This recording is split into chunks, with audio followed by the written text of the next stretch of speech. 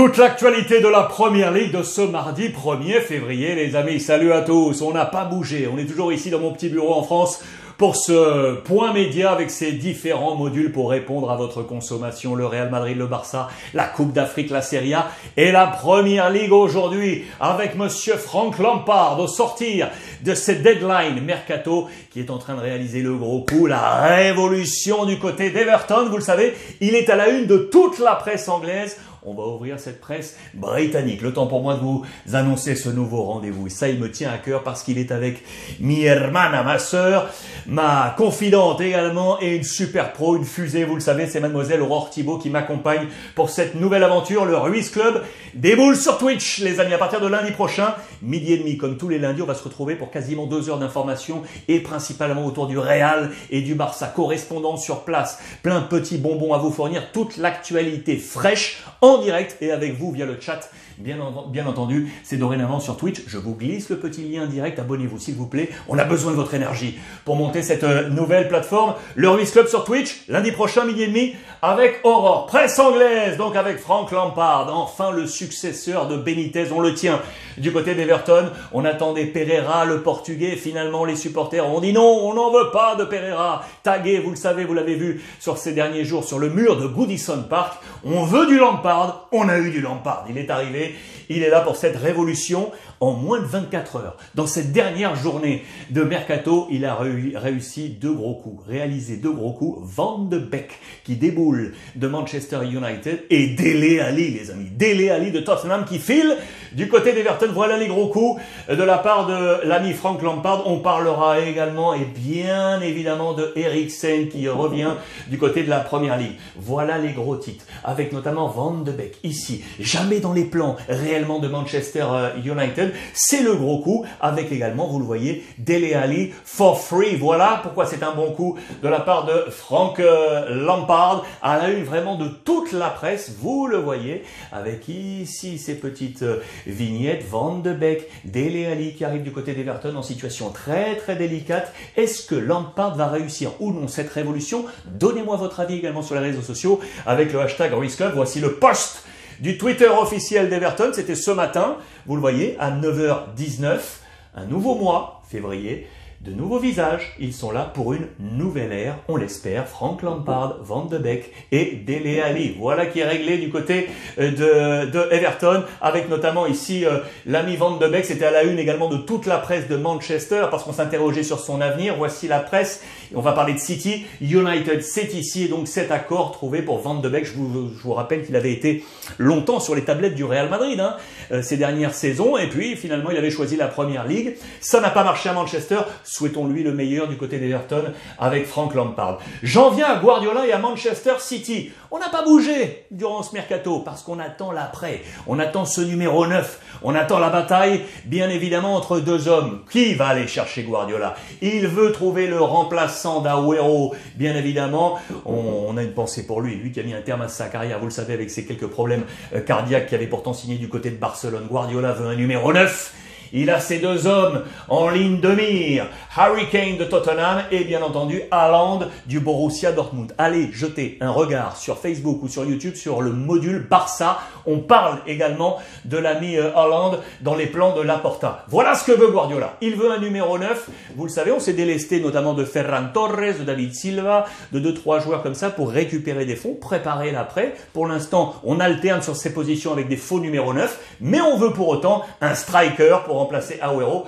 C'est le plan de bataille lancé par Pep Guardiola qui, du coup, doit toujours s'inquiéter sur l'ami Grealish, l'homme aux 100 millions également, qui avait déboulé d'Aston Villa pour être le stratège du milieu de terrain. Pour l'instant, ce n'est pas vraiment ça. Regardez les critiques une nouvelle fois s'abattre. Ça fait des semaines qu'on parle de cela. Watching Grealish is not as much fun as it was previously. En regardant jouer Grealish, c'est pas vraiment aussi sympa, fun que ce qu'on aurait pu prévoir, que ce qu'on aurait pu attendre. Que va-t-il se passer autour de Grealish s'il n'arrive pas à passer ce cut, ce step? Il faut voir ce que va décider Guardiola pour lui, l'homme aux 100 millions de livres. Affaire à suivre. Arsenal, vous l'avez vu également. Allez là aussi jeter un coup d'œil sur le module Barça. Je vous raconte tout sur cette journée folle. In fine, il a quitté Arsenal dans une soirée de fou pour rejoindre le Barcelona. Le jeu de mots ici pour Barcelone, bien évidemment, parce que ça a été une soirée de déglingo. Il est arrivé à Barcelone, on a dit que ça se faisait, que ça se faisait pas. Visite médicale, pas visite médicale, pour que, in fine, on ne dise oui, ça se fait. Arsenal lui donne la carte de liberté sur les 6 derniers mois de la saison, ce qui permet à Barcelone de le prendre à coste zéro pour ensuite lui prévoir un salaire et un contrat à partir de l'année prochaine, un salaire qui sera revu à la baisse, bien évidemment, au bas and out. Vous le voyez du côté d'Arsenal, terminé pour le Gabonais. Vous voyez une nouvelle fois les titres autour d'Everton ici placés et puis le titre autour de l'ami Eriksen. Je voulais m'arrêter encore sur Tottenham parce que c'est très intéressant de voir que Tottenham a vraiment un parfum italien de la Juve. Regardez, vous le savez, on est allé chercher avec Conte, bien évidemment, l'ancien de la Juve, le coach italien. Qui est le directeur sportif? C'est cet homme, Paratici, qui était l'ancien directeur sportif du côté de Agnelli à la Juve, aux côtés, notamment aux côtés de Max Allegri. Il est ici, il connaît parfaitement l'écosystème de la Juve et il est allé chercher 2 hommes très intéressants, Kulusevski qui est ici et Bentancur. On va y revenir. Pourquoi? Parce que les Spurs attendaient notamment Luis Diaz, le super buteur, vous le savez, qui a finalement filé du côté de Liverpool. On va en reparler. Et du coup, on est allé chercher 2 joueurs très intéressants. Je vous ai grossi ce schéma. Regardez, c'était dans les colonnes du Corriere dello Sport. Je salue Monsieur Pipo, Philippe Gelin, qui m'a envoyé tout ça. C'est un petit peu flou, mais vous devinez largement ce 11 type avec Harry Kane, Son. Voici où se situeraient Kulusevski et Bentancur ici, dans ce milieu de terrain côté Tottenham, ultra intéressant. En parlant de la Juve, il y en a un autre qui a quitté la Juve là, c'est Aaron Ramsey, vous le savez, le milieu de terrain, pour rejoindre, regardez, les Glasgow Rangers. Il nous dit qu'il avait pas mal d'offres, presse écossaise également, je voulais vous proposer, avec ce beau maillot bleu historique. Il le dit très clairement, j'ai eu d'autres offres, mais avoir un club aussi prestigieux, historique que les Glasgow Rangers, je ne pouvais pas refuser. Ramsey file du côté des Glasgow Rangers. Bilan de cette première ligue, très intéressant, c'était dans les colonnes de Marca en Espagne aujourd'hui, pour dire que la première est revenue. On a lâché, et notamment le club, le nouveau riche, Newcastle, qui a lâché, vous le savez. Je vous ai grossi ces petits schémas. Voici les principaux transferts du côté de la première ligue. Vous les voyez ici. Prenez le temps de les examiner. Vous voyez que Newcastle, 1, 2, 3, 4, 5 joueurs de Newcastle ici pour 102 millions d'euros sur le total qui est à 300 millions d'euros lâchés par la première ligue. Un tiers, Newcastle. C'est pas pour rien que je voulais vous montrer ça, ultra intéressant. Et puis au cœur de cette liste, il y a bien évidemment celui dont je vous ai parlé à l'instant, c'est Luis Diaz qui déboule de Porto, direction Liverpool pour 45 millions d'euros. Je vous ai raconté cette histoire il y a 2 jours, complètement folle. Ses agents avaient déjà entériné l'arrivée donc du côté de Tottenham. Et puis au milieu de tout ça est arrivé le super agent Jorge Mendes qui a tout pété, il a tout cassé pour le faire signer à Liverpool avec Jürgen Klopp, très satisfait parce qu'il veut commencer à penser à la relève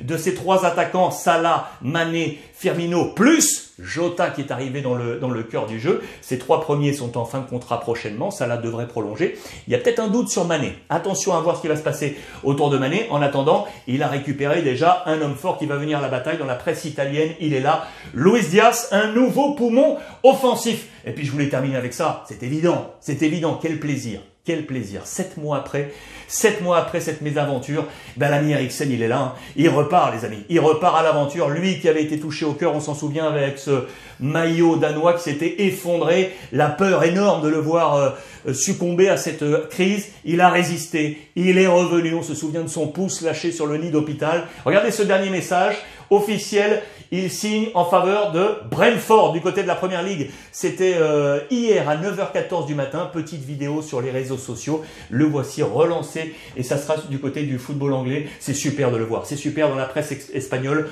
On nous explique comment il peut rejouer. Il est équipé au niveau de à gauche de sa cage thoracique.